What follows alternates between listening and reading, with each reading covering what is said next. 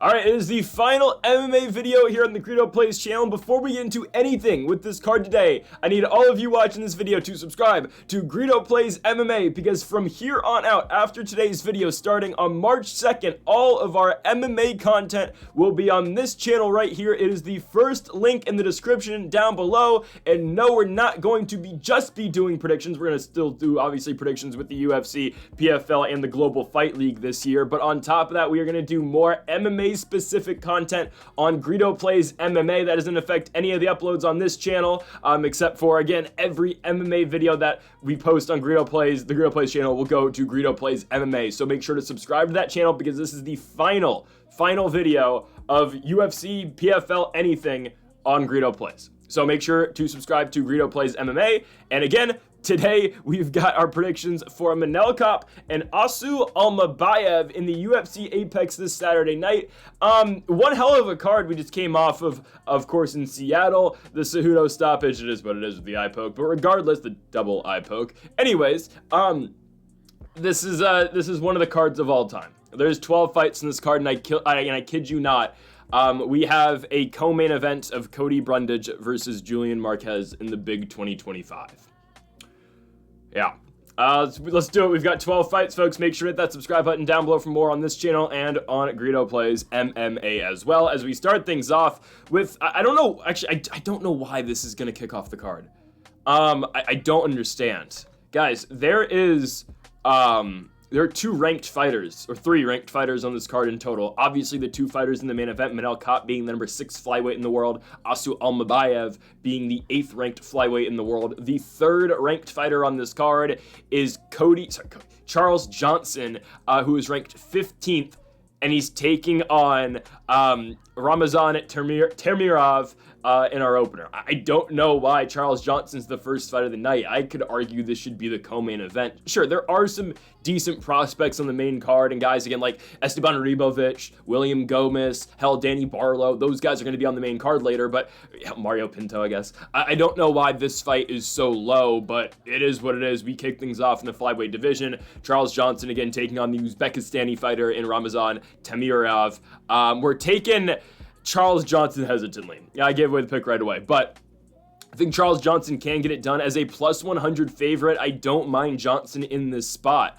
Again, Charles Energy Johnson, 6-4 in the UFC, but coming off a 4-fight winning streak after losing 3 in a row and basically being put in a situation where his contract's on the line after losing to Ode Osborne, Cody Durden, and Rafael Estivam. He takes on Azat Maskum, and he wins the fight. Maskum, a Kazakhstani fighter who has not fought in the UFC since his bout last February against Johnson, but Charles Johnson went in there, picked up the victory against Maskum, saved his contract, and since then, he's gotten his way into the top 15. So a really good fight against Maskum. Again, outstrikes Azat in that fight, comes back, beats Jake Hadley in St. Louis, then beats Josh Van in a crazy fight, wins that fight by TKO in the third in Denver, and then beats Suma Darji in his last fight in the Apex in October of 2024. So now here he is, taking on Ramazan Temirov, who is 2-0 in the UFC, or 1-0 in the UFC, excuse me, only with a victory over CJ Vergara. I feel like every entry-level flyweight in the UFC always beats CJ Vergara. But anyways, prior to that, he was fighting in Ryzen, back-to-back wins over there.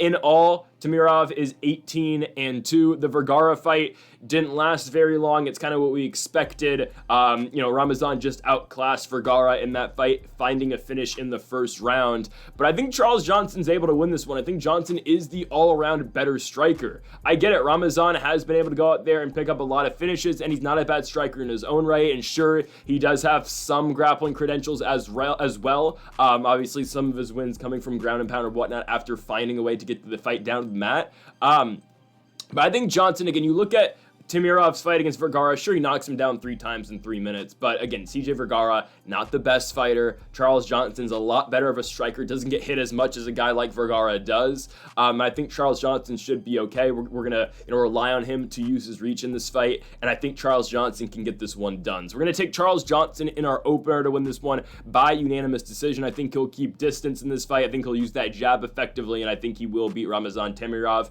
in this fight. Also, we are picking at a 75% rate so far this year with the UFC. Just saying. Let's move on to our second bout, sticking in the flyweight division, but now in the women's flyweight division. We go to a bout here between Montana De La Rosa and Luana Carolina. De La Rosa 13-9-1 professionally, coming off a win over Andrea Lee in her last fight. Andrea Lee also on this card, which makes you wonder, why the hell is Andrea Lee higher on the card than Montana De La Rosa? I don't know. Who makes these cards? Like, is Sean Shelby doing this? Like, what are we doing?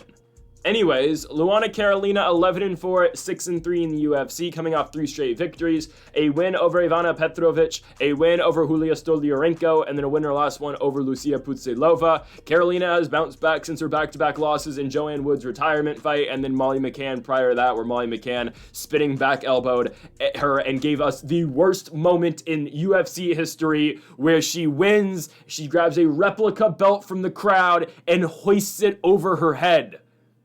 Like she actually won the championship. It's unbelievable. Imagine, guys, if, completely random, imagine if Ode Osborne won a fight in the UFC, runs to the crowd, takes the replica belt and hoists it over his head. He's getting clowned to the end of time, but oh, it's Molly McCann. Oh, it's a great moment. The UFC Europe Twitter page tweets, "Our champion in our hearts." Get that shit out of here. I mean, she's an embarrassment to the sport. I hate Molly McCann. Anyways, Luana Carolina's won 3 in a row, so I don't know how you get spinning back elbowed by Molly McCann and then you win 3. Women's MMA, man. Oh, God. But Molly McCann's gonna get a fight Estela Nunes in London. Estela Nunes is 6-5. Why? Cut her from the sport. I think Luana Carolina probably beats Montana De La Rosa. I get it. Montana actually does fight some really good fighters. She's been in the UFC for quite a bit now, so she was on the inaugural 125 Women's Ultimate Fighter season, the one that was coached by Gaethje and Alvarez. I think, yeah, it was Eddie Alvarez. Montana's lost 3 of 4. She's coming off again that win over Andrea Lee, where she gets that one by split decision. Montana De La Rosa, always been just a very mediocre striker. I'll give her one thing. She does have a chin. She will eat a lot of shots, like the Viviana Araujo fight. A more competitive fight than you would have thought. Montana actually, again, ate a lot of punches, kept walking forward. She's kind of like a zombie in there, honestly. And again, if you're picking Montana De La Rosa, which we're not, spoiler, you're picking her and you're relying on her wrestling ability, right? That's where Montana De La Rosa is going to beat a lot of these lower level fighters. But in a fight with Luana Carolina, who honestly is not the worst defensive wrestler, I mean, I get it, Lucia Putselova took her down a couple times, but Carolina was able to build back up to her feet.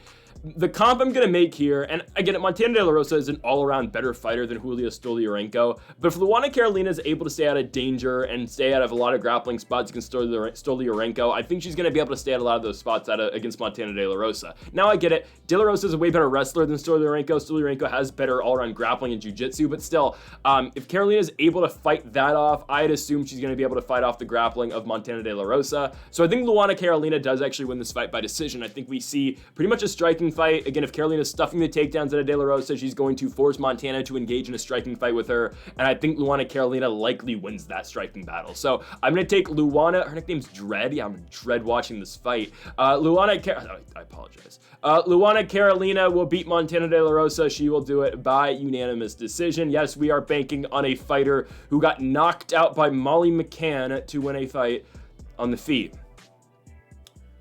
Women's MMA, man.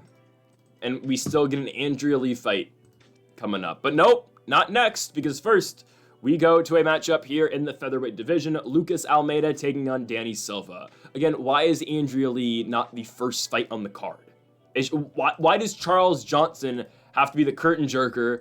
I think that's the right expression for that. Like, why does Charles Johnson have to go first? I mean, it's in the Apex, so who cares? I mean, it's probably actually better for him to get that out the way. Anyways, Lucas Almeida taking on Danny Silva in the featherweight division, right? Lucas Almeida, a guy, 15-3 professionally, 2-2 in the UFC. Wins are Michael Trezano, where he knocked him out, looked pretty good in that fight, but then proceeded to show, all right, I'm going to get submitted by Pat Sabatini, then I'm going to get knocked out by Andre Touchy-Fili. He's coming off a unanimous decision victory over Tini Kwamba, and he's taken on the undefeated in the UFC fighter Danny Silva, who's 1-0, coming off a split decision win over Joshua Kalibau. Honestly, not a bad win. I mean, Kalibau, again, is tough at times. It was a good victory for Silva. Prior to that, he was winning on the Contender Series. Got a victory against Angel Pacheco, winning that fight by unanimous decision. His only loss comes in LFA back in 2022. But again, that Silva-Kalibau fight, Pretty simple, wrestler versus striker battle. Silva, again, is the one pursuing the takedown. Silva is doing damage on the ground. Kulibao, again, winning most of those exchanges on the feet. Really close fight. I don't mind the decision for Danny Silva at all. I think, again, if you're giving Silva the fight, you're probably giving him 2 and 3. I don't know. Kulibao, honestly, probably should have got the nod. The only clear round for Silva, I thought, was the third. Regardless, Danny Silva, again, 1-0 in the UFC, now taking on Lucas Almeida, who looked good in his first fight, did get dropped by Trezano, proceeded to, get back and obviously finish the fight due to strikes. Then just gets absolutely dominated by Sabatini, and that's why I'm a little bit concerned with Almeida. Sure, if he's in a striking fight with Danny Silva and Silva does not engage at all in any wrestling, I'd expect Lucas Almeida to win. Almeida has no defensive wrestling. Prior to the UFC, he did have somewhat of a bag in terms of grappling. I mean, he won the Jungle Fight Championship, I do believe, via the guillotine choke he did. He's more of a striker, though. Almeida is going to throw you flashy stuff. He's an exciting fighter on the feet, don't get me wrong, but I do think his ground game leaves a lot to be desired. Again, Pat Sabatini dominated him on the ground. Hell, Andre Fili knocked him out, and then Timmy Kwamba, again, Kwamba's most success in that fight was wrestling. Now, don't get me wrong, Kwamba wasn't having a lot of success. Again, Almeida wins the fight, but that's, again, where Timmy, I thought, had his best chance of winning. So with all that being said, I do think Danny Silva wins this one. I think, again, it's kind of the same game plan he implemented in the Kulibao fight. Make it close enough on the feet, and then when you need to, switch up to the wrestling. Drop levels, obviously, and, and take this fight down. I think that's the pretty clear game plan for Danny Silva in this fight. Again, Silva's boxing isn't horrible. He can get it done on the feet, but I think, again, the easiest pathway to victory in this fight definitely has to be via the wrestling. So I'm going to take the American out of Santa Ana, California, Danny Silva, who's a -190 favorite, to pick up the victory here against Lucas Almeida. I just don't think he's going to allow Almeida to do much striking-wise. I think Silva's going to pressure him, and I think Danny Silva, again, is just able to overwhelm Lucas Almeida in there. I'm taking Danny Silva to win the fight by unanimous decision. Again, 3 fights, all decisions. Why? Because we're fighting in a damn warehouse known as the UFC Apex. Guys, I don't know how we can watch the Seattle card yesterday, and it's an amazing card. It's in front of a crowd. Guys, there are so many markets in America that have not gotten UFC. The Bay Area, I get it's the Bay Area. I'm sure Dana White's not a fan, but the Bay Area hasn't gotten MMA or UFC. We've had Bellator. In UFC in over 10 years. It's been like 13 years. I mean, come on. It's just, but we're in the Apex, guys. I don't care how low level of a card this is. You put this card in, give me a random city in America. You put it in Sioux Falls, South Dakota, you are selling out a building of 9,000 people. You just are. And I just lowered that, obviously, because it's South Dakota. I don't care who's in the main event. There are so many states, regions across not just the United States, but the world that are going to pay top dollar to watch UFC. Even, yes, a Manel Kape card. Or hell, you could have put this card in Portugal. They wouldn't have done that. They wouldn't have done that just for Manel Kape. But anyways, we go on to our next fight. Andrea Lee. I'm surprised Andrea Lee's still in the UFC. I have nothing against Andrea Lee, by the way. She once actually was kind of a fun fighter. I'm not going to lie. Like, Andrea Lee's fight against Cynthia Calvillo, that was fun. That was the last time she won a fight. It was in November of 2021. That's 3.5 years ago now. Oh my goodness. That's crazy. Guys, think about what you were doing 3.5 years ago. That's the last time Andrea Lee won a fight in the UFC. It's not like, oh, she hasn't been fighting. She's lost 5 in a row. Viviane Araújo, Macy Barber, Natalia Silva, Miranda Maverick, Montana De La Rosa, given not the worst fighters. They've always given Andrea Lee somewhat decent challengers. Well, not like she's a champion, but decent fighters to fight. I'll never forget Andrea Lee once upon a time was 1 fight away from the belt. Guys, this was a dark time in the women's flyweight division. Back when Valentina was beating literally everybody, and they were just looking for title challengers. Andrea Lee was given a fight on UFC 242. She was a -250 favorite against Joanne Wood, and she lost the fight by split decision. If she had won that fight, she would likely fought for the belt. Then she gets another fight against Lauren Murphy. I can't believe she lost to Lauren Murphy. Guys, you think I hate Molly McCann? Lauren Murphy. Oh my God. Actually, no, Lauren Murphy, for as slow as she was, she actually had a little bit of skill. A little bit. More than Molly McCann. Anyways, if Molly McCann ever got a title shot, I don't know what I'd do. It's not going to happen, though. She's lost. Well, I hope she loses to Estela Nunes. Anyways, They gave Andrade 2 shots of potentially getting a title shot. If she could have beat Joanne Wood, could have beat Lauren Murphy, they would have given her a shot at the belt. Now, she couldn't cash in on either of those, and now here she is just on this downward spiral in her career. The Montana De La Rosa fight was close. I actually thought Montana won. I thought she did enough in terms of the grappling and mixing it up with her striking. We picked Montana De La Rosa to win this fight. I've not picked Andrade to win a fight. I picked her to beat Viviana Araújo. I did? Okay, but back then, Andrade was somewhat credible. She was a favorite to beat Araújo. That's crazy. Well, Araújo was 36, and Araújo was 36 back then. Anyways, JJ Aldrich is going to win. I know she's coming off a loss to Veronica Hardy. She looked bad in that fight. It was the first fight on the St. Louis card in May of last year. It was boring. Don't go. You're going to rewatch it. Veronica Hardy just does enough. JJ Aldrich clinches a lot, which, again, that's just what she does. But it was not an entertaining fight striking-wise. Given not a lot of JJ Aldrich fights are entertaining striking-wise. But hear me out. She just does enough to win.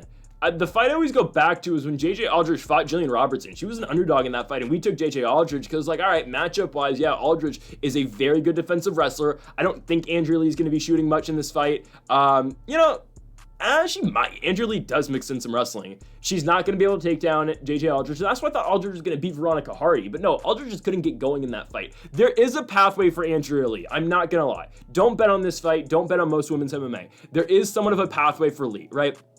If Aldrich is starting off slow again, she is stuffing Lee's takedowns if Andrade does go for them. And then the fight's just on the feet. And Lee, I will give her credit in one thing. She is a she does have fast hands at times, but sometimes, again, it just takes her a while to get going. Same thing can be said about JJ Aldrich, but hear me out. I think Aldrich is just better, and Aldrich is 4 years younger than Lee, and Lee hasn't won a fight in 3.5 years. Andrade's 36 years old, Aldrich is 32. Likely Andrade's last fight before heading to the Global Fight League if she wants to keep on fighting after this fight. Yeah, they'd take her 100%. I think JJ Aldrich, though, is going to get this one done. I think Aldrich, again, is a decent boxer. I think the Veronica Hardy fight is kind of just an outlier. Again, she doesn't have power, but she is going to win a lot of these exchanges, I think, against Lee. I think she will. I think she's gonna do the more damaging. She's gonna do more damage in this fight than Lee's going to. Again, I'd completely stay away. Like, JJ Aldrich should not be a minus 200 favorite in this fight. You look at it on paper and say, oh, Andrew Lee's lost 5 in a row, 6 in a row. It's not that easy. I think Aldrich wins, but I'd completely stay away. Don't even touch it. 4 fights, 4 decisions. Can we fix that now? Let's see. We go on to the bantamweight division. We've got Douglas Silva de Andrade taking on John. The nickname is Sexy Mexi Castaneda. D Silva fought one of the worst fights I've ever watched last year. It was in the summer of last year. I didn't do it. I thought about putting a lot of money on him to win his last fight, Douglas Silva de Andrade. I'm so glad I didn't. I was so confident he was going to be Miles Johns, I'm not going to lie.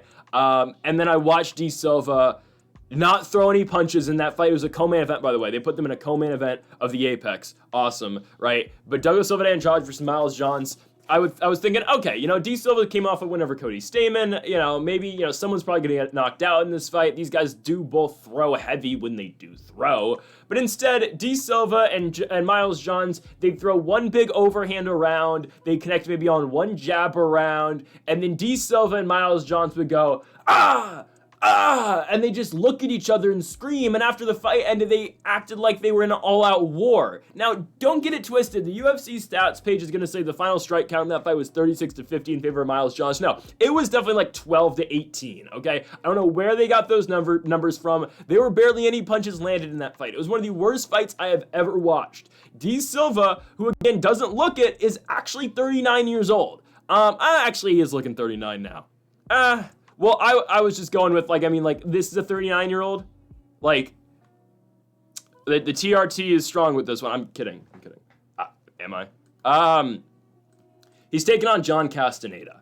Castaneda's 21-7. He's coming off a loss to Daniel Marcos, who, Daniel Marcos, he was undefeated at the time.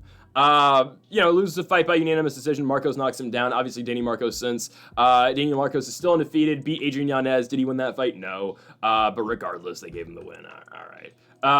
Marcos is going to get fraud checked pretty soon. I'm not going to lie. Regardless, Castaneda prior to that back-to-back victories over Manin Gafarov and Kyung Ho Kong, both of which by unanimous decision. He's 4-3 in the UFC, came into the promotion, lost to Nathaniel Wood back when Wood actually had some hype around him. Is Wood still in the UFC?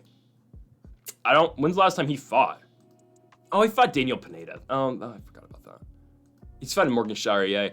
Nathaniel Wood's 8-3 in the UFC. I feel like we forget about this guy because he fights once a year, and his nickname at 31 years old is still the Prospect. Unbelievable. Castaneda, again, loses the Wood, beats Eddie Wineland like everyone should have back in 2021.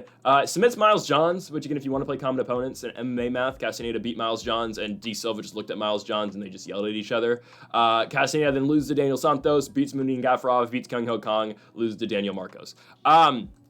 Again, D. Silva's had a million fights in the UFC at this point. He's at 13, actually. Less than I thought.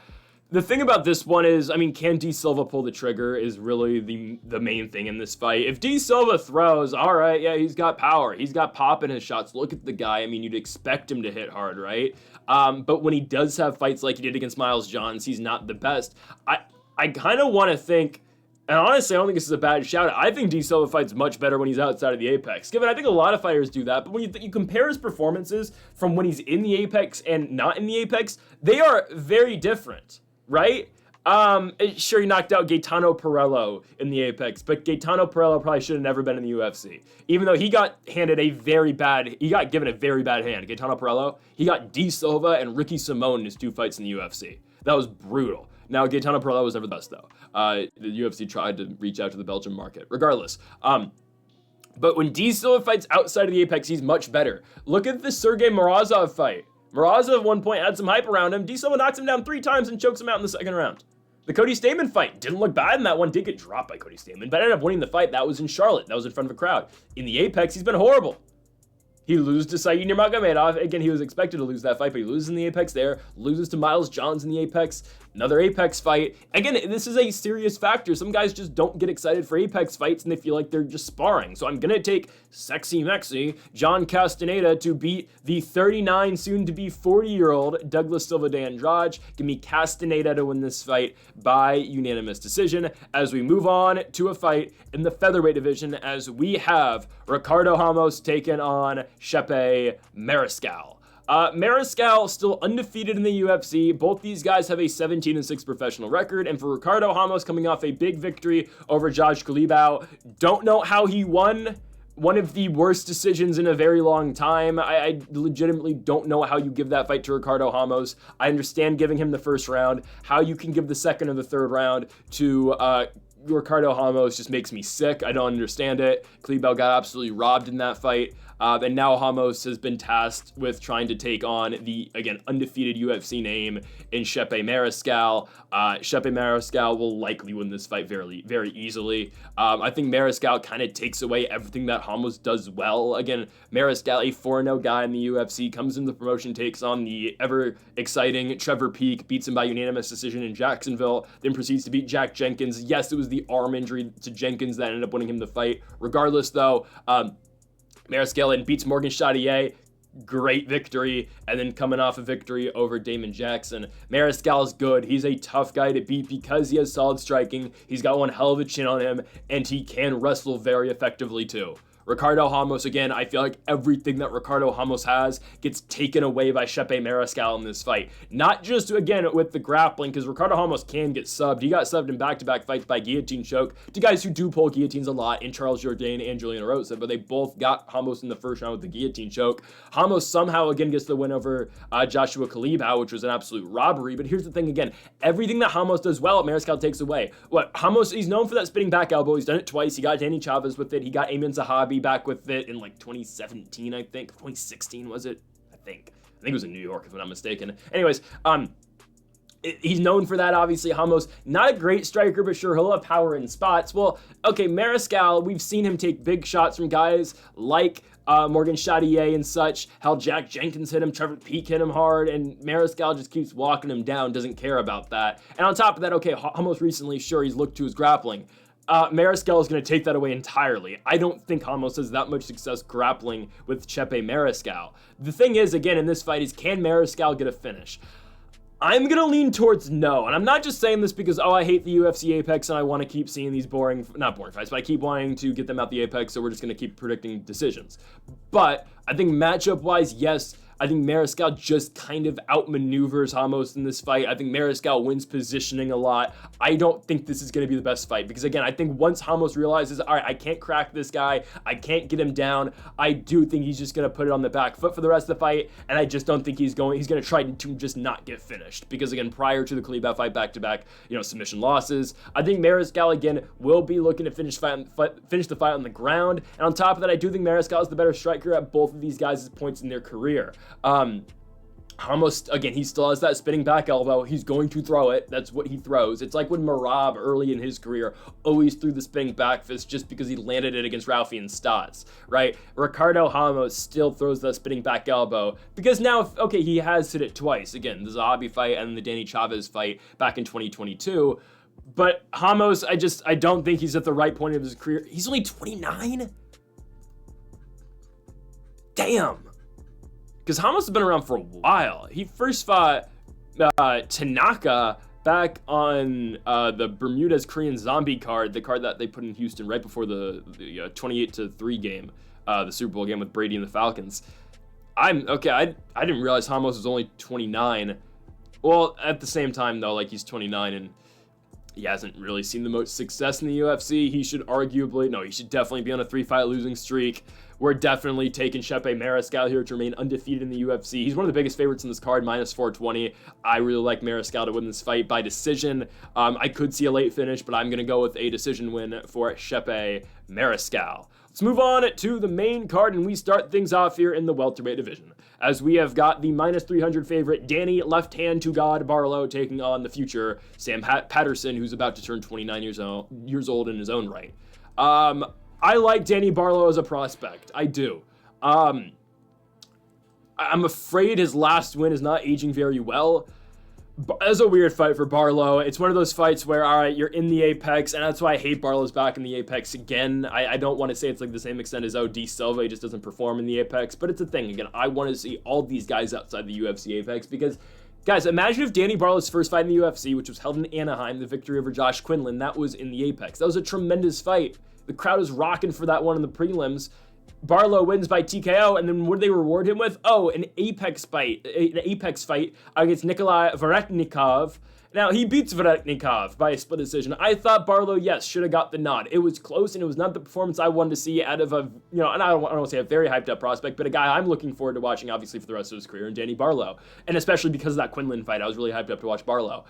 That win's not aging well, obviously, with Veretnikov looking horrible last night against Austin Vanderford. Now, you're just going to have to trust me on this one. I picked Austin Vanderford to win that fight. I know, again, that fight didn't get announced until Wednesday. If you want to look up my Tapology page, it is Greedo Plays YT on Tapology. There's a picture of Chael Sonnen as my profile picture. I kid you not, I did pick Austin Vanderford to beat Veretnikov. On that card, again, yes, I didn't do an update video, but I don't know who'd just be watching a singular Austin Vanderford, Nikolai Veretnikov video. But hey, with Greedo Plays MMA, that new channel, we can do stuff like that. We can do individual videos for the new fights, like Austin Vanderford versus Nikolai Veretnikov, right? So, again, subscribe to Greedo Plays MMA. More specific MMA content. Anyways, the Barlow win against Veretnikov doesn't look as good now because Vanderford finished him in the second round. Now, Veretnikov gets up and he pushes Vanderford in the back. Like, dude, you had a chance to punch him in a fight, and you're mad because he TKO'd you? Anyways, yeah, I'm not incredibly impressed now with the Barlow win over Veretnikov. Sam Patterson, though, is extremely chinny. Yes, Sam Patterson is a decent wrestler and a decent grappler, and it's really just it's a clash of styles here. And honestly, it's a decent test for Barlow. It is. Because we're going to figure out, okay, is Barlow an all-around good fighter, right? We know he can strike. The Veretnikov fight just wasn't great. We saw Barlow and Veretnikov, tying up in the clinch a lot. And again, Barlow just did enough to win. I thought he won rounds 1 and 2, and I think he kind of just skated in that third round. I'm not going to lie. Don't know how one judge gave him the third. Did one judge give him the third? No, one judge gave all 3 to Veretnikov. What were you watching? What the hell? Who? Jaron Villel. Yep. Keep on doing the damn thing, buddy. Anyways, It's a clash of styles, right? We're going to see if Barlow can stuff the takedowns of Sam Patterson. Sam Patterson, not a great striker. I mean, we saw him lose to Yanal Ashmoz in his first fight in the UFC. Ashmoz, again, got that. Well, Ashmoz took him down and then got the finish. But still, we've seen Sam Patterson chin before. We saw it prior to the UFC, just once in all fairness, back in Brave in 2017. But I do think that's the advantage for Danny Barlow in this fight is going to be via the knockout, via the strikes that he's able to put on a guy. Like Sam Patterson. I think regardless, we are going to see a finish. I think it's either if it's going to be a Patterson submission or a Barlow knockout. I think this will actually be our first finish of the entire card because, yes, we just got to the main card and we're still looking for our first finish. I think it will be a Danny Barlow knockout. Makes sense. Again, Barlow's a 3-1 favorite in this one, but I do think he's able to find that knockout and find it very quickly. I'm going to go Danny Barlow by first round knockout. I think Barlow needs a performance like this after, again, that very subpar performance in his last one against Varetnikov. And again, I think he's a much better striker than Patterson. I am interested to see what happens when Patterson tries to take him down and if Barlow has to fight off of his back. We did see Varetnikov try to take down Barlow a little bit, but Barlow, shook those takedowns off, and obviously it was just kind of just a boring striking fight. But as we saw in Varetnikov's last fight, oh man, he's horrible on the ground. I'll give respect to Austin Vanderford, but no, I think Vanderford's going to be decent in the UFC. He is 35, but I do think, I kid you not, they're going to give Vanderford a top 15 guy next, guys. They're going to. Or they're going to give him I wouldn't be surprised. I honestly would not be surprised if they gave him a top 15 guy. Because Dana, guys, even though Paige Van Zant's not in the UFC anymore, Dana still loves Paige Van Zant. He does, right? Now, she's doing her own thing in Global Fight League and her, exclusive content page or whatever. Dana still really likes Paige.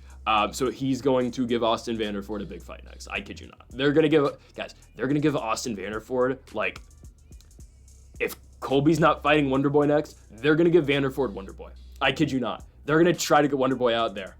I'm serious. They're going to do something like that. Or they'll give him Luque, which I think Luque wins. But I'm serious, they'll give Vanderford a guy like Stephen Thompson next. And it'll be all right, well, if Wonderboy, you're able to stuff any takedowns, you can beat this guy. But if not, Austin Vanderford's going to be in the top 10. For as crazy as that sounds, I'd probably pick Austin Vanderford to beat Stephen Thompson. I would. It depends. If the UFC wants to get the 42-year-old Stephen Thompson out the rankings, that's what they will do. And they'll force Wonderboy to retire. I'm serious. That's what they will do. It will suck. But I wouldn't put it past the UFC. I wouldn't. Anyways, I think Barlow pieces Sam Patterson on the feet, and I think he wins this fight ultimately by first round knockout. So give me Danny left-handed God Barlow. Let's go on to the featherweight division here, and we get the undefeated name in William Gomis taking on Haider Amil. Two undefeated guys. Someone's always got to go, well, at least in the UFC. Gomis somehow continues to win fights. Good for bro. I don't understand how I don't get how he beat Joe Anderson Brito. I don't get it. But somehow he did. They said, all right, go France. Give him the decision. Gomis is a very fraudulent 4-0, but guys, he's gonna go to 5-0. I really think he beats Haider Amil. I wanted to see Gomis take on a near top 15 guy, if we're being honest. I get it. Hasn't beaten the best guys, but can you deny him at this point? He is 4-0. You gave him a test, and sure, we didn't think he beat Brito, but he was competitive against him, and the French judges gave him the nod, so, why not give him a... Calvin Kattar's still ranked. Give him a Calvin Kattar. Give him a Bryce Mitchell, even though that should probably be Gene Silva's fight, right? Or just a fight that's at least closer to the top 15. I'm not saying you have to give him a top 15 name, but Haider Amil's nowhere near the top 15. And again, Haider Amil has a chance to win this fight, but why not give Gomis a Sodiq Yusuff? I wouldn't mind that. Give him we could do Edson Barbosa. I know Barbosa just pulled out the Steve Garcia fight. Give him Steve Garcia. Wouldn't mind that. Caceres. There were better fights, I think. So I think what this fight means is the UFC still doesn't think Gomis is very good, like a lot of the public believes so. Because his wins in the UFC, right? He's undefeated, but let's break down these wins. Jarno Aaron's never the best guy. He beats him by decision. He barely gets by Francis Marshall by split decision. He beats Yanis Gamuri, who was the biggest underdog in UFC history. He lost to Peyton Talbot, but Talbot's a fraud. Now he's sitting on a boat with Frank Ocean in the middle of a lake. I kid you not, on Valentine's Day. It's awesome. And then William Gomis beats Joe Anderson Brito by split decision. Again, it's a very fraudulent 4-0, but he's 4-0. So now they give him Hyder Amil to try to boost that. Because let's be honest, guys, I think Gomis wins this fight. So Gomis is going to go 5-0 in the UFC. And I think he just outpoints Hyder Amil. I get it. Hyder Amil's gotten 2 knockout wins in his first 2 fights in the promotion. Beats Fernie Garcia by TKO, and then beats Jiang Lee by first round knockout. And he dominates Lee. He outstrikes him 42-4 in the 65 seconds that fight took place in. But William Gomis has fought power punchers before, especially Joanderson Brito. What did he do? He weathered the storm. I think, again, Gomis's head movement and his all-around defensive striking does, it doesn't get talked about. And actually, Gomis is only 27 years old. He's now entering his prime, taking on a guy who's much older than him, Hyder Amil, actually about to turn 35, training in San Francisco, California. He's the much older fighter because, again, Amil had that run in Bellator where he did go 3-0 over there. Then he goes to the Contender Series, wins, but gets signed again at 32 years old. And now he's had 2 fights in the UFC. Now he's 34, about to turn 35, right? I get it, Amil hits hard. If Amil wins this fight, yeah, it likely will be via the knockout. But if Joanderson Brito isn't able to knock out William Gomis, I don't think Hyder Amil's going to be able to do that. I don't think Amil's that good of a striker. I think he's just benefited by taking on guys that are, let's just be honest, lower level. Jiang Lee, Fernie Garcia, we're not that impressed with those wins. I actually think Gomis might be able to wrestle pretty effectively in this fight, too. You look back at Hyder Amil's Contender Series fight, sure, he wins that fight on the feet, ends up, again, getting the decision because of his striking, but he gets taken down quite a bit in that fight. Sure, his opponent went 5 for 23 in his takedown attempts, but 6 minutes of total control, right? It is possible to take Amil down, and, William Gomis can do that. Saw that in the Jarno Aarons fight. Sure, it's been the other way around in some of his recent fights. He's been the one striking and, he's been the one fighting off takedowns, but it's in Gomis's bag. He's just an all-around decent fighter. Yes, he's not going to blow you away with anything, but Gomis does just find ways to win. And sure, we've been kind of hating on Gomis recently. I'm not going to lie. I don't know the last time I picked William Gomis to win a fight. It was the Gamori fight. That was 2 fights ago. I picked William Gomis in 2 fights in the UFC. Wow. We picked Francis Marshall and Joanderson Brito to beat him in full transparency. Oh, we had Gene Silva to beat him. Oh, yeah, that would have been brutal. They should run that back, honestly. Because Gomis does the fight. It was in Brazil. Gomis looked horrible when he was making the weight, but he comes back and beats Brito right after. So Gomis, he keeps on finding ways to win. And this one, let's just be honest, guys, it feels like a step down. It feels like a step down in competition. And by the way, the guy's 4-0, and they're making him fight in the Apex. They're getting him ready for another fight in France, we can only assume in September, where, again, I think he will get a bigger name, and I wouldn't be surprised if that name is Calvin Kattar. That'd honestly be my guess. Cater's still in the top 15, or if you want Gene Silva on that card, but I think Dana's going to be more than willing to give Gene Silva good old Bryce Mitchell in the Arkansanity podcast. Yeah, give me William Gomis, though, to win this fight against Hyder Amil. He'll get it done by unanimous decision. Who the hell put this fight on the main card? Not this one, this fight. Mario Pinto versus Austin Lane. I don't know who asked for a 37-year-old Austin Lane on the main card of a not pay-per-view, God forbid this be a pay-per-view, of a fight night card, but Austin Lane is taking on Mario Pinto. Mario Pinto should win this fight if he's half competent, let's just be honest. He's taking on a 37-year-old heavyweight, and Lane, who isn't impressive. He beat Robelas de Spain in his last one. Yes, the Global Fight League's own Robelas de Spain, who will be fighting very soon, I can assume. Maybe he'll fight Frank Mir. That's a matchup that can actually happen, guys. Robelas de Spain might fight Frank Mir in the big 2025. I thank the Lord for the Global Fight League and the opportunities that they're giving these fighters. But Austin Lane's coming off a win, right? The win over Despain was just like, all right, well, Despain kind of sucks. You can't wrestle for anything. You should stick to karate combat. And legitimately, guys, if Robelas Despain fought Frank Mir, if he doesn't tag Frank Mir early, Frank Mir probably beats Robelas Despain, even though Frank Mir's like 50 now. Lane's a plus 280 dog here. I mean, he lost his first 2 fights in the UFC. He had the eye poke against Tafa in Jacksonville. Then they ran it back. He gets knocked out by Tafa. Loses to Jonathan Deniz. Somehow won the Contender. And then obviously, that was back in 22. And then beats Despain in his last fight, saving his UFC contract. Contract still likely on the line. They're trying to get him out of here. Mario Pinto, 26-year-old heavyweight fighter, obviously, fighting out of London, originally from Lisbon, Portugal. Coming off a victory in the Contender Series where he wins by a first-round knockout over Lucas Camacho. Pinto's huge. He's 6'5". Lane, though, pretty big as well, 6'6". I believe Lane used to play football, right? But a guy who lost to Greg Hardy is not winning this fight. And yeah, Austin Lane got knocked out by Greg Hardy, and Greg Hardy's second professional mixed martial arts fight. That's a real stat.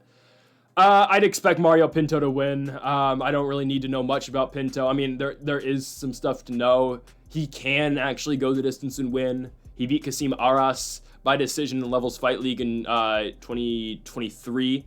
Aras is a guy who did fight in Bellator once upon a time, lost to Sergey Bilostini and Davian Franklin at one point. But Pinto is able to beat him. Like his resume outside the UFC is actually kind of impressive. There are some heavyweights that come to the UFC, they don't do jack, and they come to the promotion and they look horrible. Pinto, I think, does have somewhat of a resume behind him. He is only 26. I do think he's going to be a decent prospect. Do I think he's going to win any belts at heavyweight? Obviously, no. But it's so easy to break into the top 15 of the heavyweight division at this point because they're dropping guys like Jairzinho Rosenstruik. And shout out to my guy, we're all fans, obviously, Shamil Gaziev, who's now the 11th ranked heavyweight in the world. And Taliesin Teixeira, coming off one victory in the UFC, it's a win over Justin Badman Tafa, is now ranked in the UFC's heavyweight division. What is going on? Derek Lewis is number 9, guys. Derek Lewis won his last fight, but still. Tai Tuivasa is number 10. Guys, Tai Tuivasa hasn't won a fight since like 2021? It's so easy to get ranked a heavyweight now. Again, Gaziev's 11. Just give me Shamil Gaziev versus Tai Tuivasa next, and let's see what happens. No, actually, give me Gaziev Lewis. That'll be a fire main event. Just because the fan base loves Shamil the Blob Gaziev, you know? First fighter to lose via eating too many hamburgers. Yeah, give me Mario Pinto to beat Austin Lane. Lane's he's a slow striker. He's 37. He's past his prime. His chin's not great. He's been knocked out 5 times in his career, including Greg Hardy knocked him out. If Pinto is half competent, he will knock out Austin Lane in the first round. Okay, he better. Because if Pinto doesn't knock out Austin Lane in the first round, he's not a credible fighter. I'm not joking. He loses all of his stock if he doesn't win this fight in the first. The UFC's throwing him a layup. UFC debut. You're on a main card of a fight night. Get it done, right? Give me Mario Pinto by first round knockout. Next up, we go to the feature bout here in the lightweight division. A good fight, I'm not going to lie. Nasrat Haqparast taking on the Argentinian fighter in Esteban Ribovics. Ribovics obviously coming off his fight at Noche UFC in the Sphere, and for Haqparast, actually on a 4-fight winning streak, yet he still finds himself as a plus 205 dog, coming off 4 straight wins over John McDessie, Landon Quinones, Jamie Mullarkey, and Jared Gordon in his last fight. And for Ribovics, a 14-1 guy coming off one of the fights of the year last year, obviously won Fight of the Night at UFC 306, the crazy split decision victory over Daniel Zellhuber. I thought Ribovics pretty easily won the decision, but I don't know, one judge gave Zellhuber 2 rounds. It's all right. What a fight. Ribovics is now back. He is 3-1 in the UFC, losing his first fight to Luik Radzhabov, but after that, a win over Cam Wellikirk, Terrence McKinney knockout in St. Louis where he flatlined him with the head kick, and then again, one of the fights of the year of last year against Zellhuber. We now get Nasrat Haqparast and Ribovics, and this fight should be fun. For as many fights as Haqparast has had in the UFC, he's been in the promotion since, he's 9-4 in the promotion, he's been in the UFC since October of 2017, where he made his debut in a loss to Marcin Held on an undercard in Poland for Cowboy Cerrone and Darren Till. Why hasn't the UFC gone back to Poland since Jan Blachowicz has won the championship? What are they doing? He's about to retire. If they don't do Jan Blachowicz' retirement fight in Poland, there's something wrong. They did used to go to Poland, and we're stuck in the Apex still. Anyways, Haqparast again, 4-fight winning streak. Prior to that winning streak, lost back-to-back fights to some good fighters, Dan Hooker and Bobby King Green, both of which were by unanimous decision. Again, Haqparast has been in the UFC for so long, but he's only 29 years old. Ribovics is 28. But I do feel at this point in both these guys' career, yes, Ribovics is the slightly better guy. I think Ribovics does everything Haqparast does on the feet just a little bit better. I mean, we've seen Ribovics take a lot of damage. He's been fine. Haqparast, this is going to be, okay, it goes without saying, I think this is going to be fight of the night unless the main event takes that. This should be really fun because I expect, again, Haqparast and Ribovics to swing the entire fight. We've seen it before. Again, Haqparast more than willing to throw at least 250 strikes in 3 rounds. We've seen Ribovics with that same output as well, but I just think Ribovics is able to to land just a little bit more than Haqparast is able to. Again, nothing against Haqparast. He's on that 4-fight winning streak. Again, though, just looking at how Ribovics won his last fight against Del Huber and the power that Ribovics has, I get it. Terrence McKinney's chin is just not great at this point. Yes, McKinney's still going to win the fights that they hand him against the lower level guys. But yes, McKinney is very chinny, and obviously that's how Ribovics knocked him out in St. Louis. I'm not telling you he's going to knock out Haqparast. Haqparast has only been finished once by TKO, and that was the Drew Dober fight back in January of 2020. But I do think we just see a back-and-forth striking war, and a war that ultimately Ribovics does get the better of. Now, again, you're going to see a great fight here. This is going to be one of the fights of the year, but it's going to get automatically discredited because it's in a damn warehouse at the UFC Apex. It's just, again, it's so ridiculous. You couldn't move this fight. I mean, I get he's from Argentina, but you couldn't move this fight to the Mexico card? Like, I mean, it's a different continent, but still. Like, why couldn't we got in a crowd for this? It doesn't make sense. I think Ribovics just outpaces Haqparast, which is going to be hard to do, because, again, that's usually how Nasrat Haqparast does win fights. But again, I just think Ribovics is the quicker striker, and I think he's the better striker right now. I'm going to take the favorite here in Esteban Ribovics. Again, from Argentina, he's a minus 250 favorite in this fight. I do think he goes out there and outstrikes Nasrat Haqparast in an all-action type fight, but ultimately a fight, again, that is won by the favorite. Give me Ribovics to win this one in the fight of the night so far by unanimous decision. But hey, maybe this fight takes fight of the night. This is our co-main event of the evening. Cody Brundage, at a record of 10 wins and 6 losses, takes on Julian Marquez, who has a record of 9 wins and 5 losses. This originally was supposed to be Cody Brundage versus Ryan Loader, the Ultimate Fighter winner in Ryan Loader. Loader had to pull out the fight, so they find a replacement in the Cuban Missile Crisis in Julian Marquez, who has not won a fight since April of 2021. And who did he beat? Sam Alvey.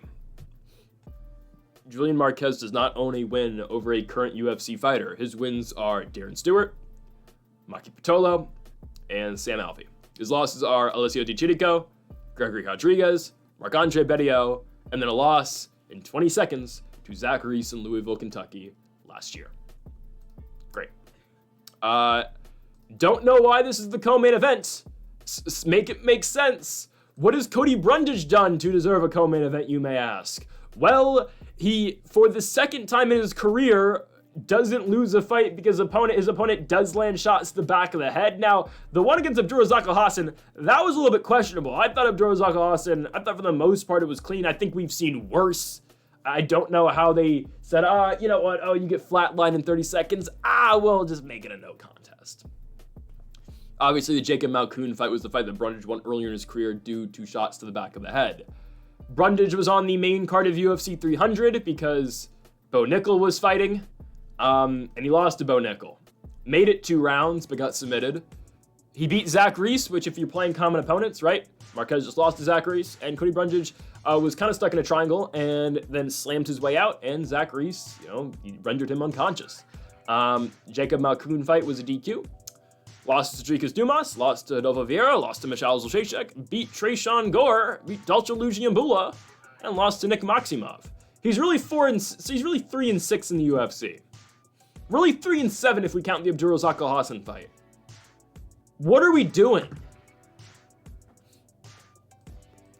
Why is this a co-main event? And the thing that blows my mind, I don't know if this is wrong, because the odds are not on Tapology. I looked on Best Fight Odds. These are the odds that I found. Yeah, no. They updated the odds on Tapology. These are the real odds. Julian Marquez is a favorite? I can't believe I'm saying this. I'm taking Cody Brundage. Like, at least Brundage is active. Marquez doesn't really fight. And Marquez got dropped so easily in his last fight. Now, if we're picking Cody Brundage, though, it's like, all right, well, he doesn't have the most power, but can he get it done on the feet? I actually think so. We watched him knock out Tresean Gore back in 2022. I actually think he does everything better than Marquez.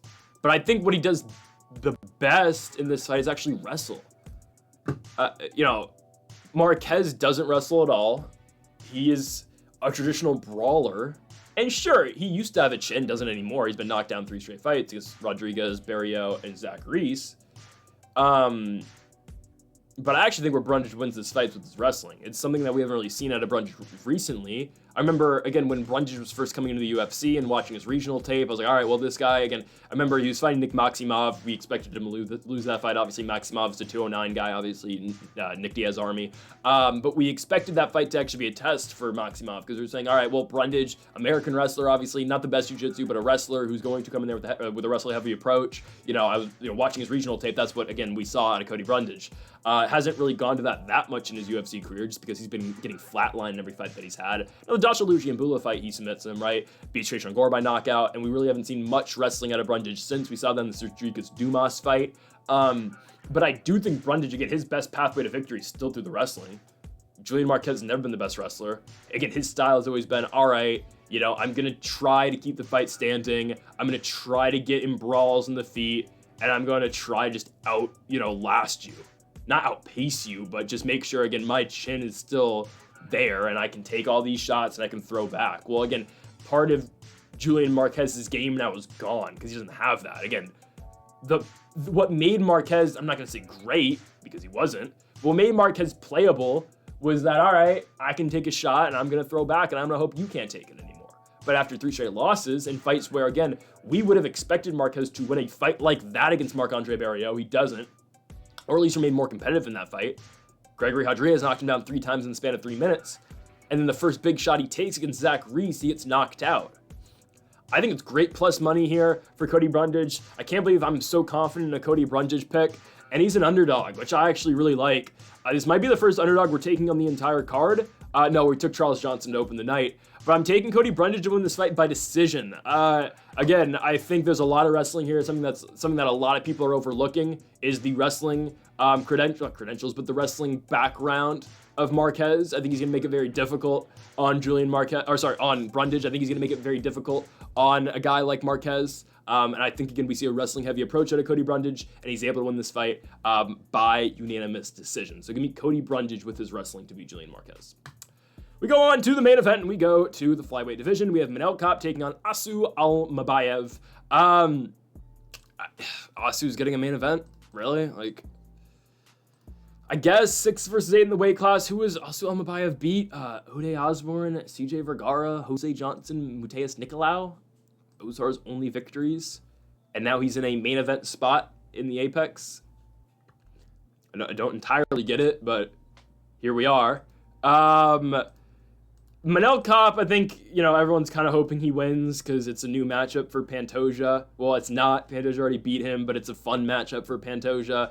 And Kape's still only 31 years old. He's still in his prime, and he looked so great in his last fight, obviously, with the flow state, as people are calling it, obviously, with his win over Bruno Silva. It was great. It was a really fun fight. He called for the title shot after. Didn't get it, obviously, but now here we go. He's getting a big shot, a big fight in a main event against Asu Almabayev. Now, Manel Kape's pulled out of so many fights in his UFC career. That's why they've always been hesitant in putting him in main events. How they put him in a main event last year against Mateus Nicolau. It was a layup fight, and he withdrew from the second fight after missing weight the first time. They gave him layups. So they said, all right, you know what, go fight Makayev. He loses. The UFC gets mad at Makayev, cuts him, keeps Kape, and now Kape's coming off a 1-fight winning streak. And now Manel Kape's likely in line for a title shot if he can beat the undefeated Asu Almabayev. 4-0 in the UFC, lost 2 regional fights back in 2017, but still, one of which was to Tagir Ulanbekov.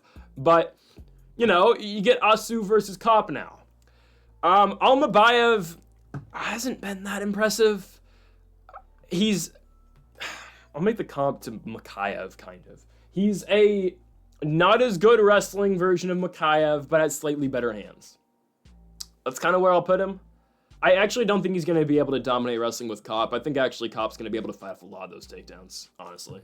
And I think, again, if Kape does that, again, yes, Almabayev did drop Nicolau, but everyone can drop Mateus Nicolau at this point.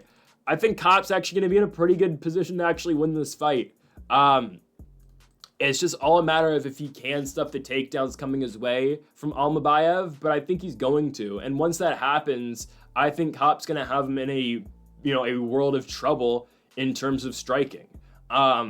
We saw in Kape's last fight, and I get it, he's fighting a guy in Bruno Silva who's never the most credentialed striker, sure.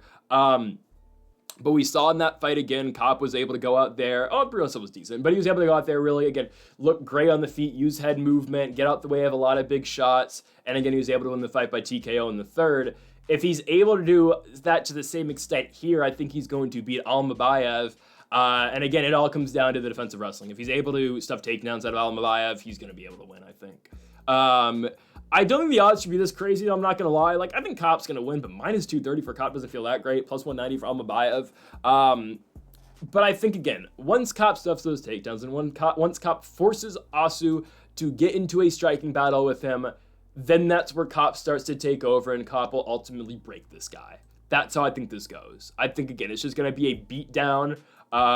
Once Asu's not able to get to the legs and once he's not able to get this fight on the mat, I think Kape just starts styling on him. I think Kape, again, continues to build momentum and starts to get more confident as the fight goes on. So that's why eventually I do think Manel Kape does get a finish. I'm going to take a third round TKO from Manel Kape. I'm not worried about the cardio at all. We've seen him go, again, we've seen Kape go deep in fights before in Ryzen. Again, I'm more than okay with his Gaston, again, being a former Ryzen champion. Don't forget how good Manel Kape is. Again, I think he just had a really rough start to his UFC run. Obviously, they gave him, off the bat, they gave him Alexandre Pantoja. He loses. He arguably should have beat Mateus Nicolau. And then since then, again, he won 3 in a row, lost to Mokaev, and then beat Bruno Silva. Kape's still very good. Again, a former Ryzen champion. There's a reason why when the UFC first initially signed him, they made him the backup for Brandon Moreno and Divison Figueiredo. Like, they had high hopes for the guy, and now officially he's finally starting to cash in on that. He's only 31. He's still got a lot of potential, and I think Manel Kape's going to come out here and beat Asu Almabayev and get that finish in the third round, and he'll be next in line for the title shot between Kai Kara-France and Alexandre Pantoja. Now, Pantoja's going to win that fight, but just imagine the scenes if Kai Kara-France versus Manel Kape is a title fight. But there's no chance in hell Kai Kara-France is beating Pantoja, so it'll likely be Kape and Pantoja next. If Pantoja wins that, then I'd like to see him go up to 35 and try to fight Morale. Anyways, that'll do it, folks, for our UFC Fight Night predictions here from Manel Kape and also Almabayev. I've been doing UFC predictions on this channel for about 5 years now, so I want to thank you guys on this channel for all the support in these videos. Again, we're not done at all. If anything, we're just doing more MMA content, but that's going to be over on Greedo Plays MMA, so make sure to join us over there for our predictions next week. Our first video, March 2nd, UFC 313, Pereira versus Ankalaev. So, folks, thank y'all for watching. Make sure to hit that subscribe button down below for more. Make sure to join us on Greedo Plays MMA. Folks, thank y'all for watching, and Mamba forever.